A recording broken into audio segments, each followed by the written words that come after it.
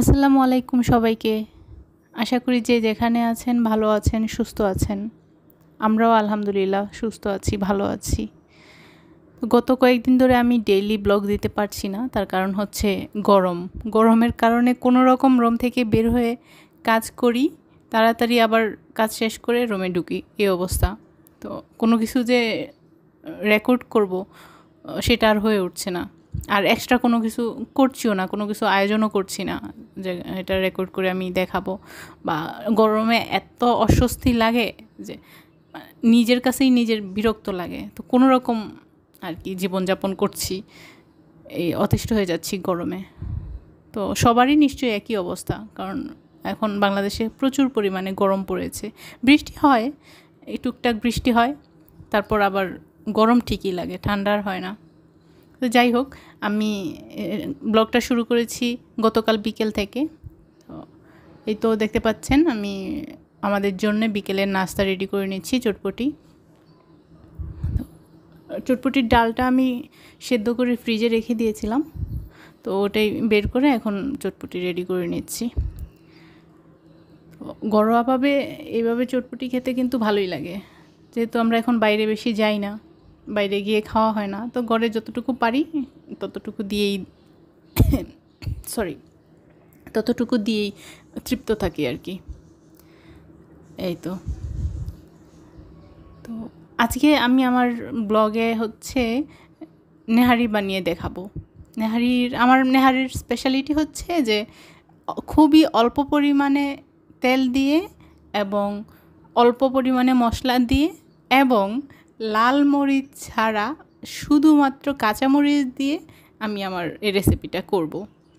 তো এটা খুবই স্বাস্থ্যসম্মত। আমার এই রান্নার স্টাইলের রেসিপি আর কেউ পছন্দ করুক আর না করুক, আয়েশের বাবা ঠিকই পছন্দ করবে, সেটা আমি জানি। কারণ সে যদি শোনে যে আমি এখানে কোনো লাল মরিচ ইউজ করিনি, শুধুমাত্র কাঁচামরিচ দিয়ে এটা রান্না করেছি, সে খুব তৃপ্তি সহকারে খাবে, আই নো। তো যাই হোক, আশা করি আমার রেসিপিটা দেখবেন আপনারা, আর যদি ভালো লাগে তাহলে ট্রাই করতে পারেন।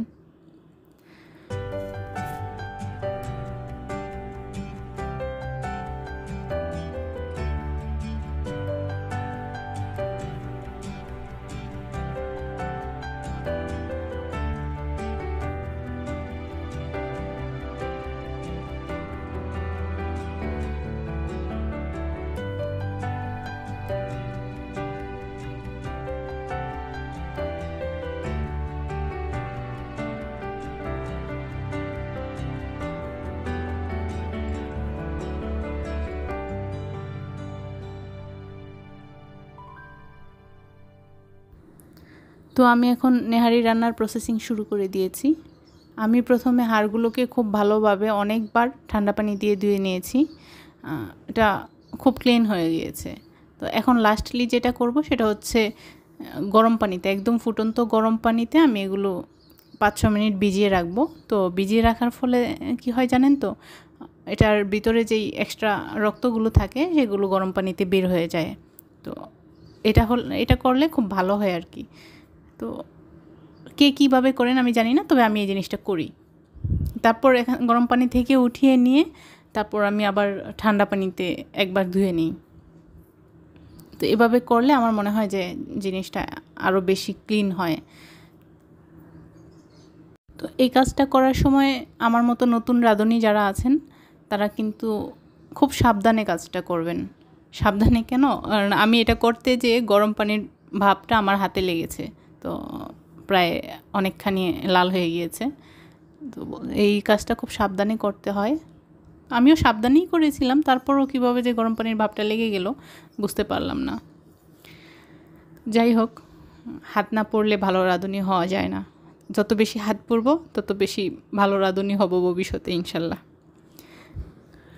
তো এখানে আমি একটা জিনিস ক্লিয়ার করে নিই, সেটা হচ্ছে যে আমার প্রত্যেকটা রান্না ভিডিওর সময়, ভয়েস দেওয়ার সময় আমি বলি যে আমি আনাড়ি রাঁধুনি, আমি নতুন রাঁধুনি।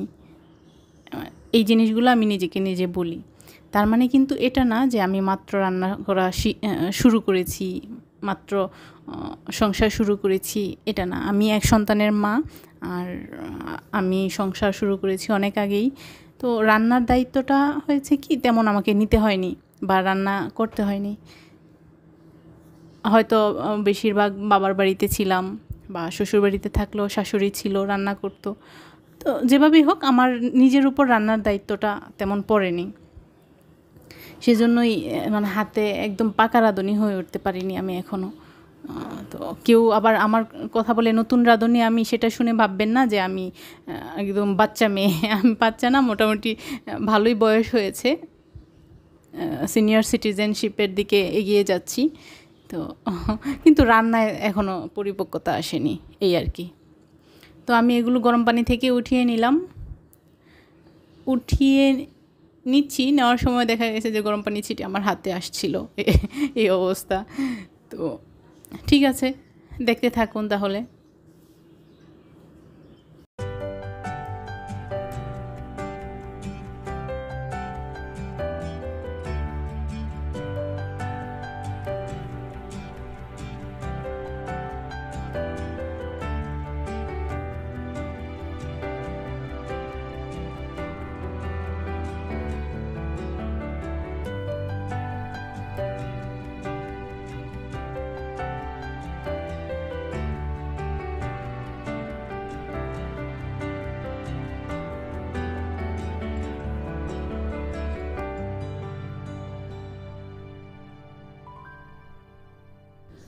এখন আমি এগুলোতে মশলা দিয়ে দিচ্ছি। মশলা বলতে আদা আর রসুনের পেস্ট, আদা রসুনের পেস্ট 2 টেবিল চামচ করে দিয়েছি। আর হচ্ছে মাংসের মশলা, যে কি বলে, লং, দারচিনি, তারপর তেজপাতা, এগুলো দিয়েছি।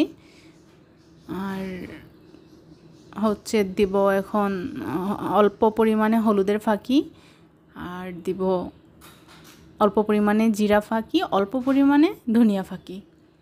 তো এই নামগুলো না আমি গুলিয়ে ফেলি, সেজন্য আস্তে আস্তে চিন্তা করে বলতে হয় যে কোনটার নাম কি। তো এগুলো দিয়ে নিব অল্প অল্প পরিমাণে। আর আমি তো লাল মরিচ দিব না, দিব হচ্ছে অনেকগুলো কাঁচামরিচ। তো কাঁচামরিচগুলো প্রথম অবস্থায় আমি আস্তে আস্তেই দিব, কারণ হাড়গুলো তো প্রায় 6-7 ঘন্টা চুলায় জাল দেওয়া হবে। তো এতক্ষণ জাল দিলে কাঁচামরিচ এমনিতেই নরম হয়ে গলে যাবে, তো সেজন্য আস্তে অবস্থায় দিয়েছি। তো আরেকটা ইম্পর্টেন্ট জিনিসই কিন্তু আমি দিইনি, সেটা হচ্ছে লবণ। এখন মনে পড়লো, এখন দিচ্ছি। এরকমই হয় আমার রান্নার সময়, দেখা যায় যে সব কিছু দিলাম, রান্না করছি, হঠাৎ করে মনে হলো যে আরে কী যেন দেইনি, লবণ দিইনি। তখন আবার লবণ অ্যাড করি। আর লবণ আমার 2-3 বার দিতে হয়। একবারে আমার ভাবিকে দেখি আর বোনকে দেখি যে একবারে দিয়ে ওইটাতেই হয়ে যায়, একবারে লবণ দেয়। কিন্তু আমার লবণ 2-3 বার দিতে হয়। একবার দেই, তারপর টেস্ট করি, তারপর আবার দেই, এরকম আর কি। যাই হোক, আমি মশলাগুলো দিয়ে এতে ফুটন্ত গরম পানি দিয়ে দিয়েছি। তো ঠান্ডা পানি কিন্তু দিবেন না, গরম পানিই দিবেন। গরম পানি দিলে হয় কি, গরম পানি দিলে খুব তাড়াতাড়ি সিদ্ধ হতে সাহায্য করে আর কি জিনিসটা। ঠান্ডা পানি দিলে দেখা যায় যে পানি ঠান্ডা থেকে গরম হবে, তারপর বলক আসবে। আর গরম পানি, অলরেডি গরম পানি দেওয়া থাকলে তাড়াতাড়ি বলক চলে আসে। তো আপনারা এখানে দেখতে পাচ্ছেন যে আমার নেহারির জন্য হাড়গুলো প্রায় রেডি হয়ে গিয়েছে। আমি প্রায় 6-7 ঘন্টার মতো বসিয়ে রেখেছিলাম চুলার মধ্যে। তো জালটা খুব আস্তে আস্তে দিয়ে, চুলার জাল খুব আস্তে আস্তে দিয়ে আমি 6-7 ঘন্টার মতো বসিয়ে রেখেছিলাম। তো একদম সুন্দর হয়েছে, পারফেক্টলি হাড়ের গা থেকে মাংসগুলো, চর্বিগুলো সরে পড়েছে। একদম যেরকম হওয়া উচিত ঠিক সেরকমই হয়েছে। তো আমি এর ফাঁকে আবার হাঁড়িটা চেঞ্জ করে নিয়েছি। যখন সিদ্ধ হয়ে গেল, ভালোভাবে সুন্দরভাবে সিদ্ধ হয়ে গিয়েছে, তখন আমি একটা খোলামেলা হাঁড়ি নিয়েছি। তো এই হাঁড়িটাতে আমার বাকি প্রসেসটা করতে সুবিধা হবে সেজন্যে। তো রান্নার ফাঁকে একটা কথা বলি, সেটা হচ্ছে যে এক আপুর সাথে আমার মেসেঞ্জারে কথা হয়। যখন আমি ইউটিউবে কাজ শুরু করেছি, তারপরেই ওই আপুর সাথে আমার পরিচয়। ওই আপুও আমার মতোই নতুন ইউটিউবে কাজ শুরু করেছে, ওনারও একটা ব্লগিং চ্যানেল আছে। তো উনিও সেম আমার মতোই ঘরের যা কিছু করে ওইগুলোই তুলে ধরার চেষ্টা করে, টুকটাক রান্না। তো ওই আপুটার সাথে আমার কথা হচ্ছিল। তো কথার ফাঁকে উনি আমাকে বলছিল আর কি যে আগে শুনতাম বাংলাদেশে চাচা, মামা, খালু, নানা এসবের পাওয়ার না থাকলে চাকরি পাওয়া যায় না সহজে। অনেক ট্যালেন্টেড ছেলেমেয়েরাও চাকরি পায় না মামা খালু না থাকার কারণে। তো আজকে ইউটিউবে কাজ করতে এসে দেখি যে এখানেও নাকি সাবস্ক্রাইবার পেতে আত্মীয় স্বজনের পাওয়ার লাগে, নয়তো সহজে সাবস্ক্রাইবার পাওয়া যায় না। তো আমি বললাম যে আত্মীয় স্বজনের পাওয়ার লাগে মানে? ওই আপু বললো যে বুঝো নাই ব্যাপারটা। সেটা হচ্ছে, দেখো তুমি 1 মাস হয়েছে তোমার চ্যানেলটা চালু করেছো, আমিও প্রায় 2 মাসের মতো হয়েছে চ্যানেলটা চালু করেছি। আমরা কতজন সাবস্ক্রাইবার পেয়েছি হাতে গোনা এই শখানেক হবে। আর তুমি দেখো যাদের ইউটিউবে মামি, নানা, নানি, তারপর খালা, তারপরে বোন, তারপরে ননদ, তারপরে আত্মীয় স্বজন আছে, তারা কিন্তু একটা ভিডিও দিয়ে রাতারাতি 2000-3000 সাবস্ক্রাইবার নিচ্ছে, মানে করে নিচ্ছে। তো সেটা কিভাবে হয়? ওই যে আত্মীয় স্বজনের পাওয়ার আছে সেই জন্যে। তো আমি ওনার কথা শুনে হাসতে হাসতে শেষ। আমি বললাম, হ্যাঁ ঠিকই বলেছ আপু, আসলে আত্মীয় স্বজনের পাওয়ার লাগে। কিন্তু আমি কি করব, আমার তো ইউটিউবে কোনো আত্মীয় স্বজন নেই। আর পরিচিত যদিও কেউ থেকে থাকে, আমি যে তাকে বলবো যে আমাকে একটু প্রমোট করো বা আমার আমার ব্যাপারে একটু বলো, এটা আমার কেন জানি হয়ে ওঠে না। কারণ আমি এখনও পর্যন্ত আমার ফেসবুকেই সব ফ্রেন্ডসদের আমি জানাইনি যে আমার একটা ইউটিউব চ্যানেল আছে। মানে এটা আমাকে দিয়ে হয় না আর কি, হচ্ছে না। তবে করতে হবে, জানাতে হবে। তখন ওই আপু বললো যে আরে বোকা মেয়ে, নিজে না জানালে কে জানাবে তোমারটা? তোমার তো আর ইউটিউবে আত্মীয় স্বজন নেই, পাওয়ারফুল কেউ নেই, ঠিক না? তো তোমার নিজের ডোল কিন্তু নিজে গিয়ে পিটাতে হবে। তোমার ঘরে ঘরে যেয়ে বলতে হবে, প্লিজ ভাই আমাকে একটা ভোট দিন, তারপরে তুমি সাবস্ক্রাইবার পাওয়া। আর নয়তো যদি ওই বসে থাকো যে তাদের মতো তুমি রাতারাতি 1000-2000 সাবস্ক্রাইবার পেয়ে যাবা, তাহলে কিন্তু একজনও এটা হবে না। তো আমি ব্যাপারটা মানে আমার এখনও মনে পড়লেই আমার হাসি পায় যে আপু কিন্তু একটা সত্যি কথা বলেছে। যে আমি ইউটিউবে দেখছি যে কিছু কিছু চ্যানেল আছে, আমি কাউকে ছোট করে বলছি না, বাট এটা সত্যি কথা যে কিছু কিছু চ্যানেল আছে সেখানে 1-2টা ভিডিও মাত্র দিয়েছে। তো ভিডিওতে তেমন কোনো কিছুই দেখায়নি, দেখা যায় যে উল্টাপাল্টা কী বলেছে সে নিজেও জানে না, তারপরও সে রাতারাতি 2000, 3000, 5000 সাবস্ক্রাইবার পেয়ে গেছে। তো শেষ কথা এটাই যে আমাদের যাদের ইউটিউবে পরিচিত কোনো আত্মীয় স্বজন নেই, তাদের করতে হবে কি, এই রাজনীতিবিদদের মতো ভোট চাইতে হবে যে প্লিজ দয়া করে আমাদের চ্যানেলটা ভিজিট করবেন, তারপর যদি ভালো লাগে সাবস্ক্রাইব করবেন, আমাদের পাশে থাকবেন, ইত্যাদি ইত্যাদি ইত্যাদি। তো যাই হোক, সেটা যদি করতে হয় অবশ্যই সেটাই করব, চেষ্টা তো করব দাঁড়ানোর। তারপরে যদি না হয় তাহলে তো কিছু করার নেই। তো এই যে দেখছেন এদিকে আমার নেহারি রান্না প্রায় কমপ্লিট। কীভাবে রান্না করেছি আশা করি আপনারা দেখে নিয়েছেন, বাকিটা আর কী বলবো, একদম সহজ। এটা হচ্ছে লাস্টের দিক দিয়ে কাঁচামরিচ দিয়ে দিয়েছি, আর হচ্ছে ধনেপাতা দিয়ে দিয়েছি, আর রসুন আর পেঁয়াজের বাগার তো আছেই। খুবই অল্প তেলে আমি বাগারটা দিয়েছি, একদম অল্প তেলে বাগার দিয়েছি। আর এখন আমার রান্না প্রায় কমপ্লিট। তো এই রেসিপিটা সরি আয়াসও ভয়েস দিতে আসছে। বাবা চুপ, আমি কথা বলি, তুমি চুপ থাকো। তো এই যে দেখতে পাচ্ছেন আমার নেহারি রেডি। এটা দেখতে তত কালারফুল হবে না, একদম মাংসের মতো চকচকা হবে না, এটা দেখতে একটু সাদা সাদা ভাবই থাকবে। সেটা এটা দেখতে সাদা সাদা ভাবই থাকবে, কিন্তু জিনিসটা একদম স্বাস্থ্যসম্মত। তো আপনারা ট্রাই করে দেখতে পারেন। তো এটা হচ্ছে আজকে সকালবেলা আয়েশার বাবা গতকাল অফিসে থেকে আসার সময় কী যেন নিয়ে এসেছিল প্যাকেট দিয়ে, আমি আবার খুলে দেখিনি। এখন খুললাম, দেখলাম যে একটা কাচি নিয়ে এসেছে আর কিছু ড্রাই ফ্রুটস নিয়ে এসেছে। তো যাই হোক, আমার পছন্দ হয়েছে।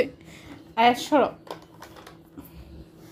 ডোন্ট ডিস্টার্ব মি বাবা, সরি আয়াস ডিস্টার্ব করছে।